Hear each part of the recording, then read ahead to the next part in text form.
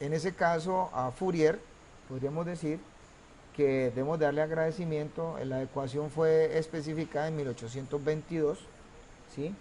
Y hoy en día, pues realmente es una ecuación, el manejo matemático que permite Fourier permite tener telecomunicaciones, digitalización, convergencia, el simple hecho de escuchar MP3 sobre todo, y sobre todo eso, también la capacidad y herramientas para resolver y desarrollar muchas cosas, en este caso. Entonces, la transformada directa del coseno, repito, pues es un caso particular de la transformada de Fourier que está aplicada a señales discretas, realmente a señales que presentan conceptos de muestreo. La transformada de Fourier, por ejemplo, habla que cualquier señal periódica puede ser representada por una serie de sumas trigonométricas en senos y cosenos relacionadas armónicamente. Por ejemplo, en una imagen, trabajar a partir de una señal muestra bidimensional, analizar el horizontal y el vertical, armar, por ejemplo, un bloque de n por n píxeles con los valores discretos de luminancia y crominancia, por ejemplo, ¿sí? Transformar ese bloque de información anterior que se está mencionando en otro n por n con especificaciones de coeficientes que correspondan precisamente a la representación a nivel de amplitud de cada una de esas funciones de cosenos armónicos especificadas precisamente por la relación del coseno de la transformada directa del coseno en ese caso. ¿Sí? Entonces, por decirlo en otras palabras, viene siendo aquella cosa que puntualmente, ¿sí?, maneja precisamente ese concepto. Entonces, por ejemplo, aquí tenemos el proceso. Tenemos una imagen dividida en bloques. La imagen se va a dividir en bloques de 8 por 8 píxeles, ¿cierto? Entonces, en el bloque transformado que tenemos allí, los coeficientes de las frecuencias horizontales van de izquierda a derecha sobre el eje horizontal y los de las frecuencias horizontales crecientes van de arriba hacia abajo sobre el eje vertical, ¿sí? Entonces, fíjense que esta es una forma con la cual una imagen se muestra. Por ejemplo, acá, ¿sí?, mencionando esta situación, el proceso habla más o menos de implementar este tipo de cosas. Matemáticamente hablando, vemos un bloque de 8 por 8 píxeles.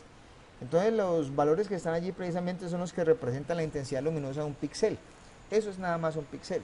Entonces, eso quiere decir en ese caso cómo se caracteriza.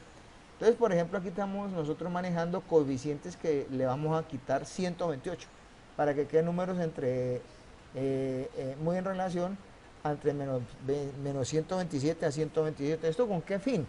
Con el fin de, por ejemplo, considerar una palabra escrita con 8 bits, o sea, un byte, en este caso.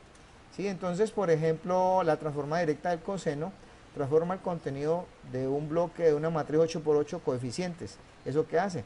Pues lee de arriba a la izquierda desde la coordenada 0, 0 e indica, por ejemplo, también la presencia de una componente de corriente continua, allí en ese caso, que es lo que permite definir una intensidad media de la señal del bloque, ¿sí? Y obviamente, por último, va de abajo a la derecha, ¿sí?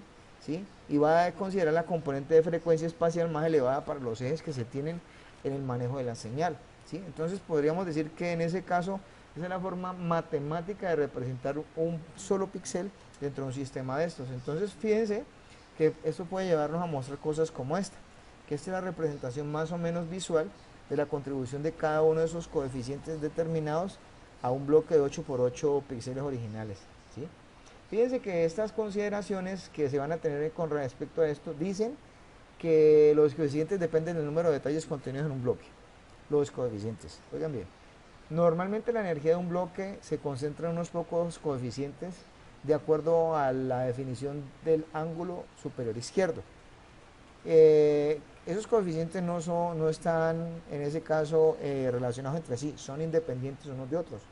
Los coeficientes tienen menor precisión cuando la frecuencia aumenta, precisamente. Entonces no es así nomás. ¿Qué pasa con respecto al concepto de la cuantificación? En ese caso, ¿qué sucede con las características del ojo humano? Entonces, el ojo humano, por ejemplo, detecta pequeños cambios de brillo en grandes áreas, ¿sí? Y no detecta cambios rápidos de brillo en áreas pequeñas y variaciones de alta frecuencia. El ojo humano no está capacitado para eso.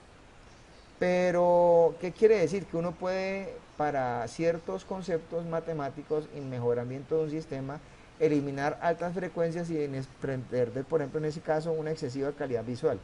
Eso se va a observar precisamente en los coeficientes correspondientes que están muy cercanos a cero, ¿sí? Uno puede perder la mayor parte de la información y calidad cuando una imagen es procesada precisamente por un proceso específico de estos, en ese caso. Aquí, por ejemplo, tenemos una matriz de cuantificación típica, ¿sí? Recuerden que en este caso nosotros podríamos sacarle a esto un valor, valores, o sea, valores adicionales. Por ejemplo, si cogemos toda esta matriz específica a la que le podemos restar 128, ¿sí? Una vez que esto ha sucedido, por ejemplo, en este caso, cuando ya la matriz se ha cuantificado, pues se obtiene dividiendo cada coeficiente de la matriz de la imagen transformada con cada coeficiente de la matriz de cuantificación. Entonces, supuestamente nos van a dar valores como estos, en este caso. ¿Qué nos van a indicar? Pues nos van a indicar el estado de manejo de las señales dentro de crominancia, por ejemplo, o a nivel de píxeles para un nivel de un despliegue, en este caso, ¿sí? De ahí en adelante, pues fíjense qué cosas se pueden hacer con esto. Pues obviamente vienen ahorita lo que son los esquemas de compresión de imágenes fijas. Está, por ejemplo, el JPEG, que quiere decir Joint Photographic Experts Group, grupo de expertos fotográficos, ¿sí? Se basa, por ejemplo, en el hecho de manejar una norma de compresión de imágenes fotográficas de resolución variable YCBCR, ¿sí? Exactamente. Entonces, aquí es donde voy a decirles algo. La gente intenta coger una imagen en extensión JPEG y la comprime. JPEG ya es un formato compreso, en este caso.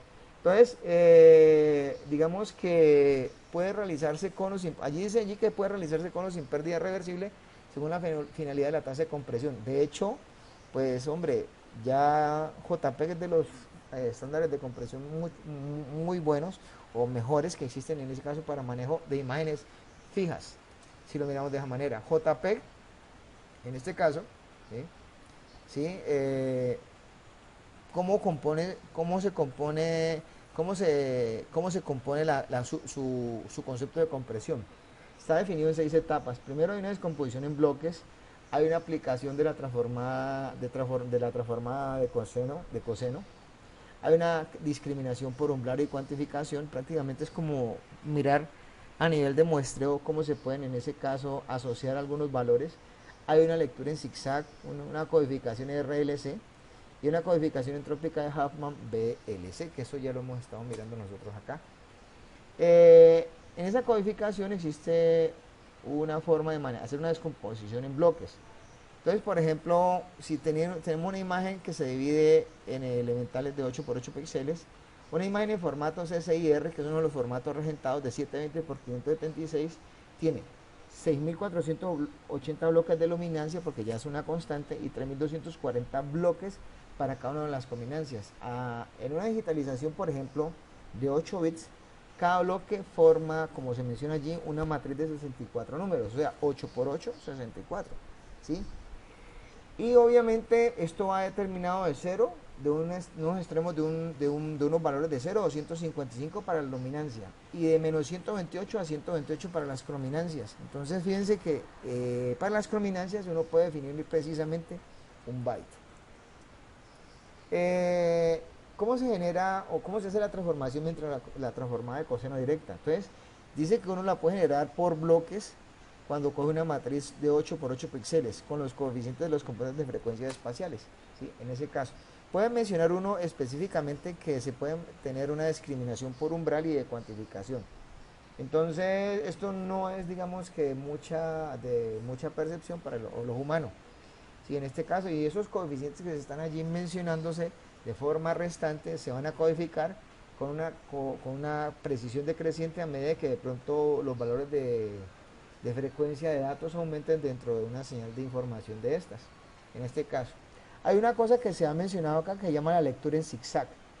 Esto tiene que ver con la luminancia. Dice que con la excepción del primer coeficiente de luminancia y los 63 restantes coeficientes de crominancia que se necesita se pueden hacer un manejo de lectura en zigzag para transformar una matriz en una corriente de datos en serie, para luego mirar en ese caso cómo se pueden considerar otras etapas manejadas dentro del análisis dentro de señales dentro de esto, ¿sí?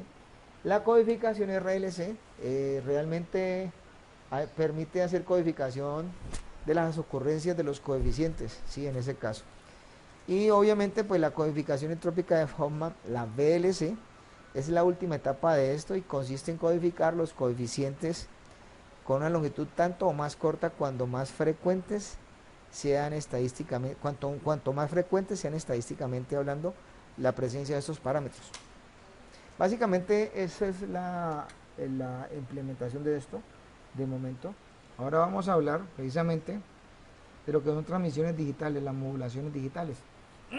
Con base en esto, pues vamos a hablar específicamente, tenemos aquí un pequeño sumario, por qué se justifica una modulación digital, aspectos preliminares sobre esto. Ya se había hablado de la energía de bit, sobre el ruido blanco, los bits y los baudios, la capacidad de la información de un sistema y el límite de Shannon. Las modulaciones que vamos a mirar acá son las ASK, las FSK, las PSK y los moduladores y emuladores digitales que se producen para esto. Entonces hablemos de la justificación de lo que hay para la modulación digital. Entonces, antes de iniciar esta situación, vamos a justificar su existencia. Primero que nada, pues vamos a considerar una pregunta. ¿Cuáles son los aspectos que uno puede mencionar que son importantes para que exista el entorno digital, más aún en la comunicación digital? Entonces, eso es contestarse esa pregunta, digamos que le debe dar base y fondo sólido a lo que estamos precisamente desarrollando acá. En ese caso, fíjense que considerando ya muchas cosas, teniendo en cuenta algunas situaciones, aquí por ejemplo tenemos dos aplicaciones que explotan precisamente las potencialidades del mundo digital. Una de ellas es la telefonía celular y otra cosa viene siendo por ejemplo lo que está sucediendo hoy en día alrededor del Internet de las cosas, en este caso. Entonces, un sistema de comunicación digital puede representarse de esta manera. Ya hemos visto nosotros varios modelos, pero hay que recordar puntualmente que cuando tenemos un sistema de estos, estamos expresando que existe un emisor o transmisor y un receptor, en los cuales en ese caso van a intercambiar información, suponiendo que el sistema tiene la posibilidad de manejar comunicaciones en modo full duplex.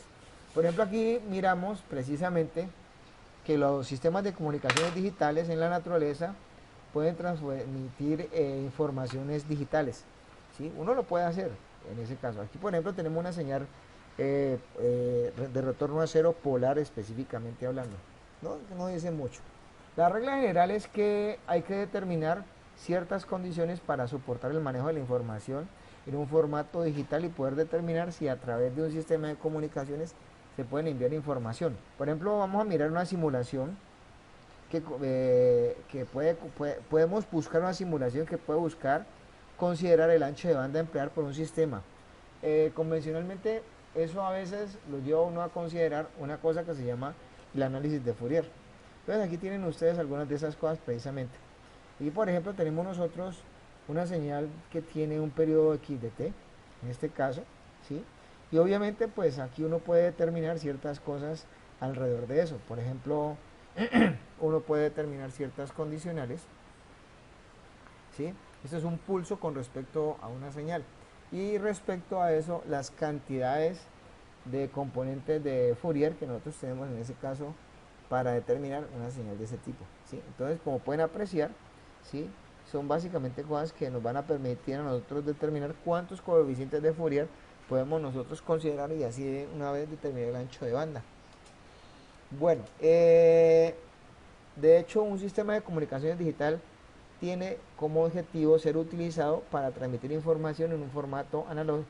Por ejemplo, un sistema de comunicación digital puede ser utilizado para transmitirse señales analógicas. Pero pues obviamente, ¿qué tiene que pasar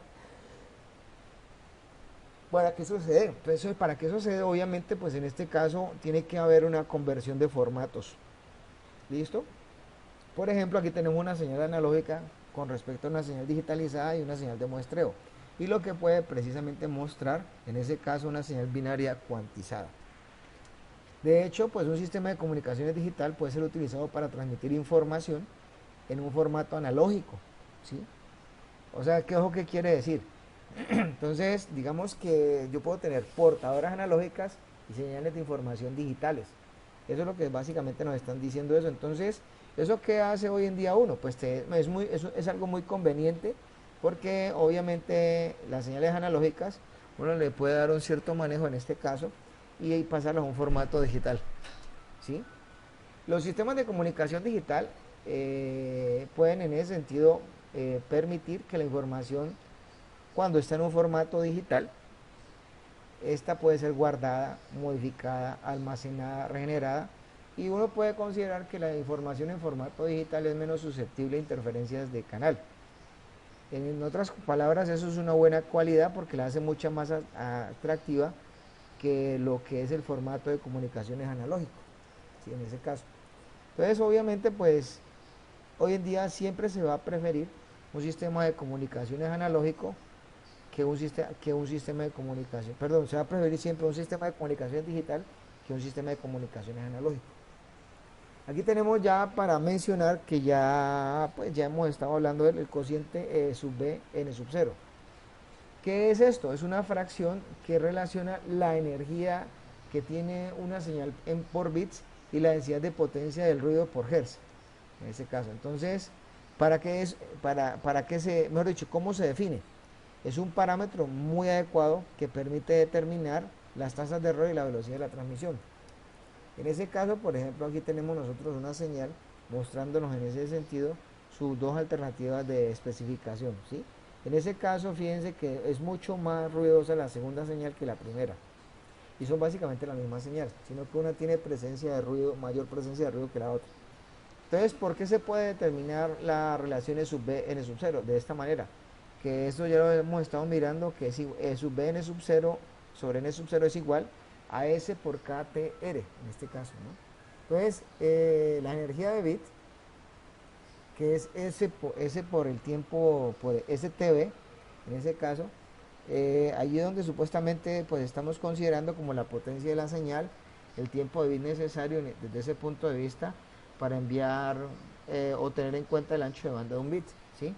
La velocidad de transmisión, que es R, que es 1 sobre el inverso del tiempo de bit sobre el periodo, ¿sí? En ese caso, y K es la constante de Boltzmann y T es la temperatura.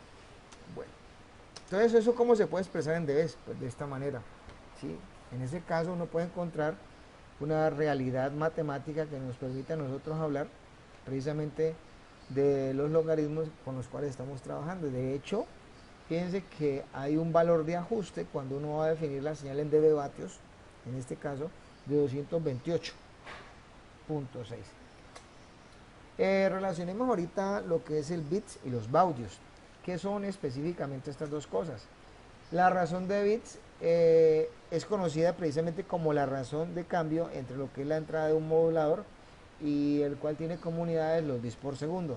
La razón de baudio es la razón de cambio en la salida del modulador, en este caso, ¿sí? Y es igual al recíproco del tiempo de un elemento de señalización de salida. O sea, entonces sería el inverso del recíproco de tener en ese sentido, por ejemplo, si tenemos 8 bits, del inverso de esos 8 bits procesados. ¿Cuál es la capacidad de información de un sistema de comunicación? ¿Cómo se define? Es una medida realmente del número de símbolos, como se menciona allí, independientes que se van a enviar por un sistema de comunicaciones por unidad de tiempo. Son definiciones formales. Y según según la ley de Hartley, se tiene capacidad de la información dada por qué clase de cosas. Está refinada por I, que es directamente proporcional a B por T, que son cada uno, donde I es la capacidad del canal de la información del sistema, B es el ancho de banda disponible en Hz y T es la línea de transmisión en segundos, en este caso. El límite de Shannon, pues obviamente, ¿sí? De eso ya lo hemos estado mirando, es una relación mucho más útil que la que formuló el mismo Hartley. El límite de Shannon determina la capacidad de información de un canal de comunicaciones y el ancho de banda y la relación señal-ruido que este mismo posee. Entonces, ¿qué van a determinar esto? Pues en forma de ecuación, eso se puede escribir de la siguiente manera, ¿sí? I igual a B por el logaritmo en base 2 de 1 más S sub n, o I igual a 3.32 por B por logaritmo en base 10 de 1 más S sub n. Entonces, en ese caso, ahí están las referencias de cada cosa, ¿no? I es la capacidad de información, B es el ancho de banda, SN es la relación señal-ruido en unidades, ¿ya? Bueno, miremos qué técnicas de modulación digital vamos a aplicar nosotros acá. Nosotros acá vamos a hablar de portadoras analógicas y señales digitales modulantes que nos van a permitir una señal modulada.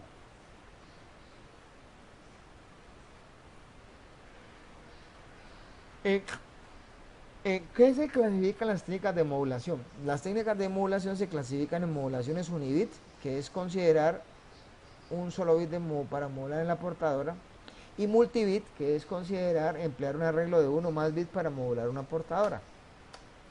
¿Qué técnicas de modulación hay o existen para esta situación? Está, por ejemplo, las de unibit, que son ASK, FSK y PSK, ¿sí? Y están las técnicas de modulación multibit, que son el NQAM, el NPSK en ese caso. Hablemos de qué es ASK. ASK, básicamente, podemos decir nosotros que es la modulación digital de amplitud, o es la modulación, o es la conmutación por cambios de amplitud que se tiene dentro de un sistema a nivel digital. De hecho, la amplitud de una señal portadora de alta frecuencia se conmuta entre dos valores siempre en respuesta a un código binario que la está excitando. Entonces, si considera uno que si uno de los valores es cero, se le llama OOK, on-off keying, o sea, conmutación on-off. Aquí tenemos nosotros un concepto ASK, en donde, como pueden ver, los estados 0 tienen una señal explícitamente más baja que los estados 1, que tienen una señal explícitamente más alta, ¿sí? El ASK va a indicar que cuando hay una detección de un 1 lógico, la portadora tiene un valor de amplitud máximo. Cuando el valor detectado es un 0 lógico, la amplitud de la portadora es 0, ¿sí? Entonces, dice acá que cuando se detecta la presencia de un 1 lógico, la portadora tiene un valor de amplitud máximo. Cuando el valor detectado es un 0 lógico, la amplitud de la portadora es 0. Así de simple. Entonces, en este caso, uno puede decir en ese sentido que en un código polar, cuando hay señal, pues hay presencia de señal. No estamos hablando de una portadora. Cuando es un 0, entonces no hay presencia de señal. Lo que dura supuestamente el valor implícito del mecanismo de tiempo manejado por ese sistema. Entonces, digamos que para ir como cerrando esta parte, ¿sí? Aquí, al igual que en el caso analógico, entonces, por ejemplo, la intención de hacer una modulación de una señal de alta frecuencia por una señal modulante no es otra cosa que hacer una consideración de manejo de señal con longitud de onda en el orden de un décimo o más para elementos radiantes de la antena para su óptima radiación al aire. O sea, hay una relación para implementar esto no se hace así nomás. Entonces, ¿eso qué indica? Que una modulación digital se requiere, para realizar esta modulación digital se requiere de una portadora que puede tener específicamente la siguiente ecuación. Entonces, debe ser igual a A por el seno de 2 omega sub ct, o la raíz cuadrada de 2 sobre P sub S por el seno de omega c de t, en este caso. Dentro de esta modulación vamos a definir como elemento modulante una señal BDT que toma valor de 1 cuando el bit enviado es un 1 y menos 1 cuando el bit enviado es 0. Entonces miremos cómo va a dar la señal ASK, cómo se puede expresar. Entonces eso se puede expresar como la raíz cuadrada de PS sobre 2 por 1 más BDT por el seno de omega c de t. Entonces la situación es que la señal modulada va a determinar esta situación matemática, ¿cierto? Entonces, por ejemplo, para cuando viene un 1, esto supuestamente da como en consideración que P sub S es igual, que la raíz cuadrada de P sub S sobre 2 es igual a 1 más B de t por el seno omega c de t. Entonces, como estamos especificando que la señal de entrada es un 1, entonces obviamente pues esa es la señal que se tiene en cuenta en este caso. Entonces, finalmente esto cómo queda especificado. Queda especificado como 2 por la raíz cuadrada de PS sobre 2 por el seno omega c de t. Ajá. Bueno, entonces aquí tenemos nosotros más muestras de la matemática de esto. Dice que para una entrada binaria igual a 0, lógico, la salida modulada, ¿cuál es? ASK dt es igual a 0, en este caso. ¿Por qué en ese sentido se tiene como en cuenta eso? Porque 1 menos, o sea, al reemplazar acá, entre los valores posibles de BDT, que va a ser menos 1, entonces aquí tenemos nosotros un 0. Entonces es una señal que tiene amplitud de portador igual a 0. Como se observa, por ejemplo, allí, a esa palabra de información BDT se le ha dado el comportamiento de una onda de no retorno a cero polar. Entonces va a tener un espectro, en ese caso, que se puede caracterizar con la señal sin dt de omega cdt, en ese caso con cortes especificados de la frecuencia base de 1 sobre t sub b, y como siempre, pues obviamente se elige f sub c mayor que f sub b. Entonces, ¿qué se supone que va a pasar allí? Vamos a considerar nosotros, ya esto lo hemos visto, en este caso, producir una señal resta y suma, ¿sí?, de la superposición de dos señales, ¿sí?, donde aquí, por ejemplo, ya el concepto no es de analógico, sino digital. Se tiene en cuenta que un tiempo es el tiempo de duración de lo que específicamente para un dato puede representar un 1, en ese caso, o un 0. Entonces, ¿qué se puede observar del análisis de esta ecuación? Sencillo, que van a resultar allí parámetros que supuestamente son realmente la suma de esto, en este caso,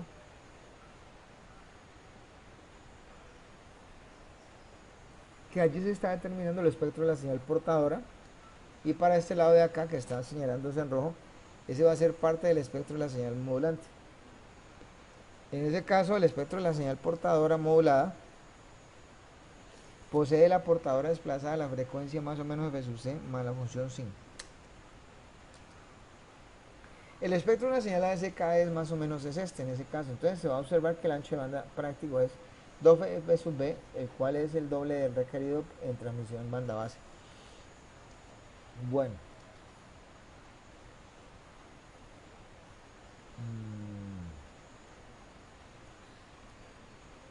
Bueno, ¿qué se requiere de aquí en adelante?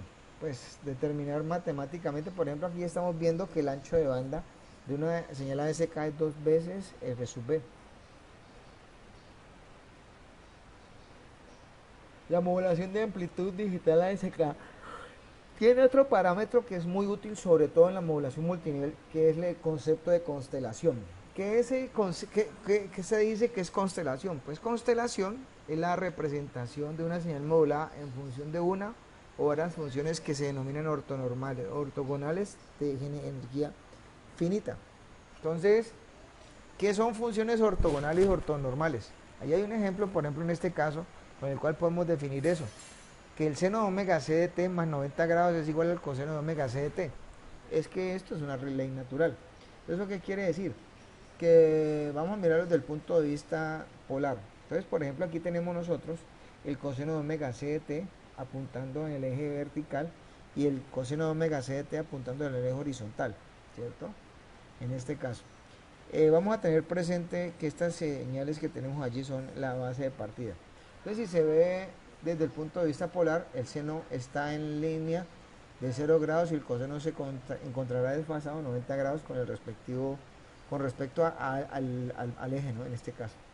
Entonces, ¿qué vamos a decir? Podemos afirmar que el seno y el coseno son ortogonales y como valor máximo se pueden obtener es 1, y entonces obviamente eso es lo que la hace ortonormal. Entonces podemos representar las modulaciones usando como sistema de coordenadas los ejes seno de omega c de t y el coseno de omega c de t. Por ejemplo, aquí tenemos nosotros, ¿sí?, en este caso, el hecho de cómo se comporta una modulación digital con este tipo de tecnología. ¿Ya? Pues, por ejemplo, aquí tenemos el 0 lógico. Aquí tenemos el 1 lógico separado raíz cuadrada de 2 por ps. En ese caso, entonces, esta gráfica que está acá está en función de omega c de t, que recibe el nombre de constelación. Entonces, ¿cómo luce esto? Básicamente lo que luce en este caso es de esta manera, ¿sí? Uno puede deducir precisamente los valores de los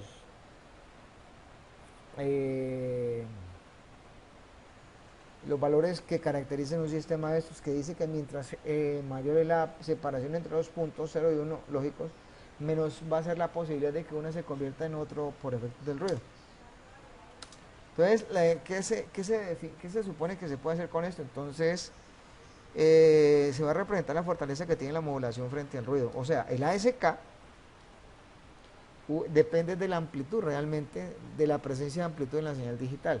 Entonces, por ejemplo, aquí dice uno que si los símbolos están muy distanciados, sería mucho más difícil que uno se convierta en otro por efectos del ruido añadido en el sistema.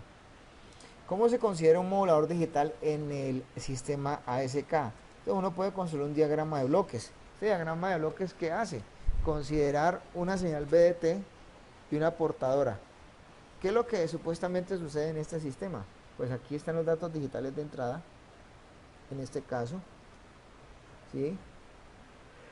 Luego nos vamos a encontrar el sistema de portadora sinusoidal de alta frecuencia, como pueden apreciar, ¿sí? Posteriormente tenemos el sistema del modulador balanceado, cómo está siendo construido, que es normalito, que funciona a ese ritmo, ¿sí? Y además de esto, pues obviamente tenemos el sistema de modulación ASK, que es el que le da realmente integralidad al dispositivo o al mecanismo que está montado acá a nivel de bloques. Por ejemplo, aquí puede entrar esta señal, que es la señal BDT. Por acá entra esta señal portadora y lo que sale precisamente es la composición de estas dos señales, definiendo en este caso la presencia de este par de esa unidad de información. Entonces, ¿qué se puede hacer a nivel de demoduladores? Esos eran los moduladores. Ahora revisemos los demoduladores. Pues estos demoduladores, considerando el código de señales, pueden detectar la presencia de una señal portadora de amplitud mayor a un determinado umbral. A un determinado umbral. Pueden existir en ese caso, digamos que formas de hacerlo a través de un detector de envolvente, ¿no? O sea, eso sencillamente puede hacerse con un simple diodo. Dentro del modulador ASK. Todo un demodulador ASK, realmente, ¿cómo está compuesto? Viene compuesto por la entrada de la señal ASK, se filtra las señales a nivel de un detector de envolvente para luego obtener en ese caso la señal digital de nuevo. Aquí tenemos, por ejemplo, en ese caso el ancho de banda determinado para el ASK. Entonces el ASK supuestamente tiene un ancho de banda finito, en ese caso no es muy grande ni específicamente extenso. Miremos ya de plano, esto es una gráfica, miremos ya de plano lo que es la modulación de frecuencia digital, ¿sí? Modulación digital de frecuencia, que es el FSK. La modulación de frecuencia digital va a hablar o va a definir en ese caso cómo se va a hacer la variación de frecuencia de la portadora de acuerdo a los datos. O sea, el comportamiento de los datos deben de seguir el valor deben de acompañar los cambios que se pueden representar en un valor de frecuencia por presencia de estos mismos. Entonces, por ejemplo, acá están hablando de cuestiones relacionadas también con las estructuras de las fases que tiene una señal. Entonces, por ejemplo, dice acá que si la fase de la señal FSK es continua, es decir, entre un bit y el siguiente, la fase de la sinusoide no representa discontinuidades, dice, a la modulación se le denomina CPFSK, que viene del inglés Continuous Phase FSK, o sea, FSK de fase continua. Entonces, por ejemplo, acá la modulación de fase continua, ¿sí? Entonces ilustra, por ejemplo, en ese caso, este mensaje. Entonces, por ejemplo, aquí tenemos nosotros una señal portadora, ¿sí? Una señal modulada y una señal moduladora. Entonces, ¿qué nos va supuestamente a entregar? Supuestamente nos va a entregar presencia muy baja de señal en donde esté el 0 y presencia muy alta de señal en donde esté el 1, ¿sí? De hecho, así es. Entonces, es como encontrar básicamente esta situación. ¿Ya? Bueno, ¿por qué se habla aquí de un baudio? Pues un baudio puede estar representando en ese caso el peso de un bit específicamente dentro de la longitud de palabra. Bueno, aquí tenemos nosotros la modulación digital en frecuencia FSK y podemos también mencionar otras cosas, que la expresión matemática básicamente de esta señal puede escribirse como la raíz cuadrada de FSK de dt, en ese caso, perdón, la raíz cuadrada de 2p su s coseno omega c de t más bdt por el ángulo allí mencionado. Entonces esa es la estructura de la fase. ¿Sabes? Como se dice acá, la señal de una sinusoide de frecuencia f sub a, si uno va a transmitir por ejemplo un 1, y una sinusoide de frecuencia F sub B, cuando quiere transmitir un cero, entonces la frecuencia de la portadora, ¿cuál va a ser? Sin modular, entonces se puede tornar como F sub A más F sub B sobre 2, que nos va a dar la frecuencia de la portadora. Por ejemplo acá, sobre la cuestión del cálculo, estos cálculos que están acá, entonces por ejemplo con esa podemos encontrar la densidad espectral de potencia de la señal FSK determinada por esa expresión primera que está allá, ¿sí? Que está acá arriba, y todo el resto de cosas en la misma transformada. Bueno, como el espectro de frecuencias de una señal FSK es un espectro muy diferente al de la señal ASK, de hecho es mucho menos eficiente en este caso, ¿sí? Y obviamente pues existen otras cosas como la desviación máxima de la frecuencia, que está determinada como F sub A menos F sub B sobre 2, ¿sí? Y el ancho de banda de una señal FSK se calcula como 2 veces delta de F más F sub B. ¿Ya? Bueno, ¿cómo se saca la desviación máxima de frecuencia? Por la relación que tenemos nosotros entre las frecuencias de la portadora y la señal de información sobre 2. El ancho de banda de una señal FSK se va a calcular como 2 veces ese delta F más F sub B.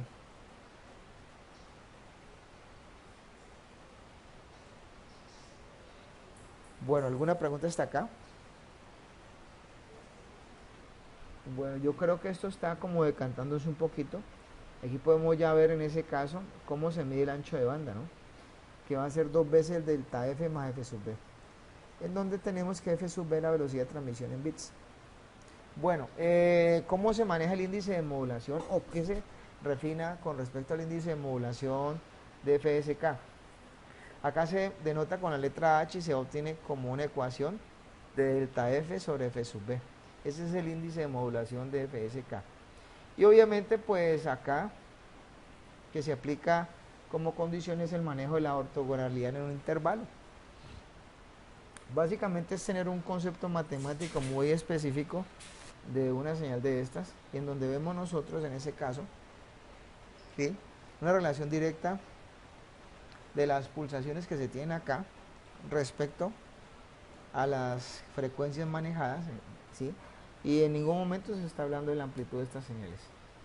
Bueno, digamos que el FSK no es realmente de la importancia que de pronto la modulación en FM tenía en las comunicaciones analógicas. En las comunicaciones digitales, por ejemplo, aquí podemos encontrar que F sub A menos F sub B es igual a 2 veces F sub C, y que ese ángulo, ¿sí?, es igual a pi por F sub A menos F sub B. Entonces, una señal, por ejemplo, CPFSK, ¿sí?, se construye partiendo, por ejemplo, de patrones de datos, o por el hecho de que sencillamente uno puede decir que estos patrones de datos manejan frecuencias específicamente ortogonales. Entonces, por ejemplo, nosotros aquí tenemos la ecuación con la cual precisamente se están determinando representar absolutamente todo. Por ejemplo, yo podría coger esta ecuación e ir a los ejes coordenados demostrando básicamente varias cosas, ¿sí? Por ejemplo, básicamente que esto es lo que me está diciendo a mí acerca de la ortogonalidad entre el coseno de omega c de t y el seno omega c de t. Entonces ahí pueden ver los lugares geométricos con los cuales este par de implementaciones de representación facial de FSK se puede estar dando, ¿sí? ¿Cómo es el modulador digital implementado para FSK? Según esto, nosotros acá tenemos un par de osciladores que nos permiten revisar, ¿sí?, BDT, en ese caso, que son los datos digitales de entrada, en donde después de esto, ¿sí?, hay un oscilador con una frecuencia F sub A, también un oscilador con la frecuencia F sub B. Ese negador lo que hace es todos los datos que le llegan de BDT y los invierte, en ese caso, ¿sí?, porque ese es su trabajo. Y luego, pues finalmente, después de que se ha hecho todo esto, se busca una señal modulada en FSK. Por ejemplo, aquí entra esta señal, Y en el oscilador 1 pues obviamente hay dos frecuencias diferentes, en el oscilador 2 también. Entran acá, se hace un concepto de superposición. En ese caso pues obviamente luego se envían precisamente datos de transmisiones digitales. Entonces acá por ejemplo estamos mirando que ese modulador está constituido por dos moduladores ASK cuyas salidas podemos encontrar que se van a sumar de forma sincrónica. ¿Cómo es el demodulador? El demodulador convencionalmente está compuesto precisamente por un comparador de fase y luego este va explícitamente a un amplificador operacional o un buffer para que en ese caso este mismo mecanismo de manejo de señal considere manejar un oscilador controlado por voltaje, un VCO. Demodular una señal en FSK, para demodular una señal en FSK se pueden utilizar los PLLs. En ese caso, pues el diagrama en bloques de un PLL se muestra en la siguiente figura, ¿no? En ese caso, miren las figuras que está allí. Un PLL tiene una señal FSK en la entrada. El PLL pues tiene una frecuencia de oscilación propia o natural establecida cuando se realiza el diseño. Entonces, cuando un PLL, la frecuencia de entrada no coincide con la del PLL, entonces se produce una diferencia de fase a la salida. Entonces, el PLL es eso, precisamente un comparador de fase y generador de fase. Entonces, esta diferencia de fase es convertida en un voltaje de corriente directa, ¿sí?, proporcional al amplificador. Eso que está mencionándose allí es precisamente el proceso que hace en funcionamiento el PLL, ¿sí? Entonces, obviamente, ¿qué se sucede con esto? Pues existe el concepto del oscilador controlado por voltaje, que en ese caso toda señal que entre allí o que indique un estado de 1 o de 0 va a involucrar que de acuerdo a esto las señales del ASK, del FSK, perdón, ¿sí?, se consideren moduladas o no moduladas en ese caso, ¿sí? Aquí tenemos nosotros precisamente la forma en cómo se define el ancho de banda y la amplitud de este tipo de especificación para FSK. Esta es la gráfica de esto. Luego venimos, digámoslo así, con el concepto de modulación más importante que existe dentro de las comunicaciones digitales y uno de los esquemas más básicos, que es el sistema PSK. Según esto, en este caso, vamos a presentar y entonces en ese caso continuamos con el proceso de modulación de fase PSK, modulación digital de fase. ¿Qué es la modulación digital de fase? Pues este consiste en variar la fase de una sinusoide portadora de acuerdo a los datos de entrada del modulador PSK. Entonces uno dice que para el caso binario, las fases que se van a seleccionar son, en ese caso, son 0 y pi. Son dos únicas fases, una para cada bit, ¿sí?, porque los bits que estamos manejando son ceros y unos. En este caso la modulación de fase recibe el nombre de PRK, que es conmutación o cambios inversos de fase, precisamente. Entonces, ¿qué determina eso? Miremos esta figura que está acá. Fíjense que en presencia de una señal portadora y una señal moduladora, la señal modulada que sale es una señal que está afectada por los cambios de las fases. Los cambios de las fases precisamente donde se pueden denotar. Se pueden denotar aquí y acá. Y obviamente otra vez acá, donde supuestamente esto tiene cambios de fase continuos todo el tiempo en ese caso. Entonces, si se dan cuenta, pues obviamente, si tengo una tasa de bit de 5, puedo tener una tasa de audio de 5 dentro del PSK, ¿sí? Entonces, ¿cómo se maneja la constelación para 0 y 1? Entonces, por ejemplo, yo puedo colocar 1 a 180 grados, como estamos mencionando acá, ¿sí?, desde ese punto de vista, y 0 a 0 grados, con fase de 0 grados. Esto es lo que se conoce como un diagrama de constelaciones. Más adelante estamos mirando diagramas de constelaciones un poco diferentes.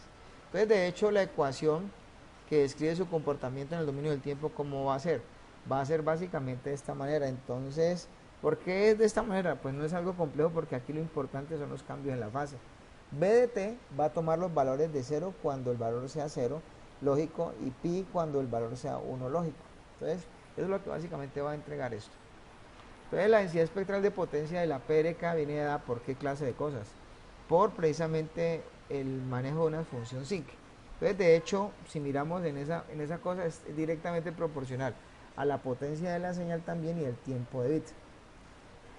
Este es el espectro de la señal PSK, es muy similar al de la señal ASK. De hecho, es un espectro mucho más eficiente, o igual de eficiente que el de la señal ASK. Aquí tenemos nosotros que, ya como ya hemos estado mencionando, el espectro de la señal de ASK es parecido, solo en ese caso a ciertas otras señales, solo que de pronto acá no, en las otras señales no se incluyen los delta Dirac, ¿sí?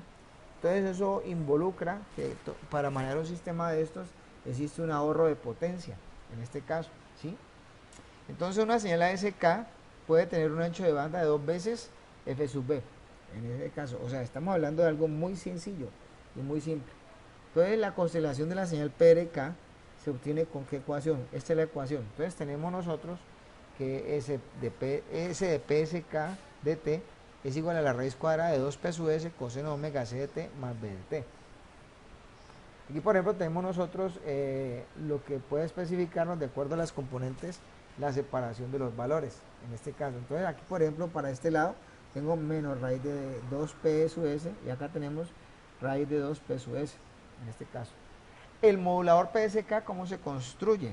Pues obviamente tiene una estructura que maneja los datos digitales de entrada, tiene un conversor específico de niveles que convierte los datos unipolares a bipolares. O sea, pueden entrarle datos unipolares, ahí les sirve son datos bipolares para los cómputos posteriores, en este caso. Luego viene, por ejemplo, desde ese punto de vista, una portadora con la especificación de un oscilador local, en donde esto pues entra por principios matemáticos a un mezclador o un modulador balanceado. Ese modulador balanceado entrega precisamente una señal modulada tipo PSK. Sí, o sea, hacer la producción de PSK no es nada del otro mundo. Entonces, por ejemplo, aquí estamos metiendo una señal de información en donde una vez que esto pasa por allá, por el conversor de niveles y por concepto de la presencia del oscilador, pues vamos a encontrar una señal en PSK en donde aquí pueden ustedes reflejar precisamente los datos que en este caso se están forjando para un sistema de señalización. Entonces ahí tienen ustedes en los cambios de las fases, es que puntualmente estamos teniendo nosotros la presencia de los datos, como pueden apreciar. Bueno, ¿cómo se hace un demodulador digital? PSK. Entonces en ese caso, pues lo importante que tenemos nosotros es la entrada de una señal PSK, un oscilador local y un detector de envolvente, ¿no?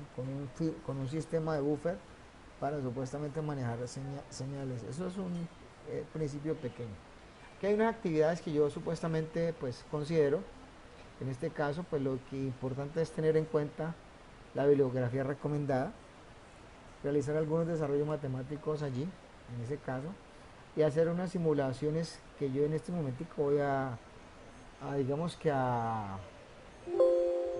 vamos a recomendar. ¿Listo? Vienen otras cositas importantes, ¿sí? En donde supuestamente pues vamos a hablar del 4PSK. ¿Qué sería el 4PSK? El 4PSK para nosotros, en este caso viene siendo el hecho de que teniendo comunidades de señalización 2 bits, entonces 2 bits me permiten a mí la posibilidad de tener 4 estados, porque es 2 a la 2, ¿cierto? Entonces los baudios aquí están determinados por la presencia de 2 bits, ¿sí? O sea, un baudio equivale a 2 bits, ¿sí? Entonces, por ejemplo, acá tenemos precisamente las características de una señal de estas que se llama señal D-bit, que ya no maneja una sola fase, 2 fases como ahora, sino 4 fases, en donde supuestamente tenemos 0, 90, 180 y 270. Entonces este es el diagrama de constelación para la ubicación de los datos que estamos buscando. Este sería un 8PSK en donde ya no tenemos precisamente 2 datos binarios, sino 3 datos binarios, en donde ellos representan ya 8 fases. Entonces este sería 0, 45, 90, 135, 180, 225, 270, 315 y otra vez 0. ¿Ya? Este es lo que se reconoce como el espectro, y está definido en ese caso la forma en cómo se computa o se calcula el ancho de banda para una señal en PSK. Básicamente eso es todo. Les doy gracias por su atención y si tienen alguna pregunta, pues me la envían, me hacen el favor. Listo, pues, profe, muchas gracias. Entonces, Muy gracias.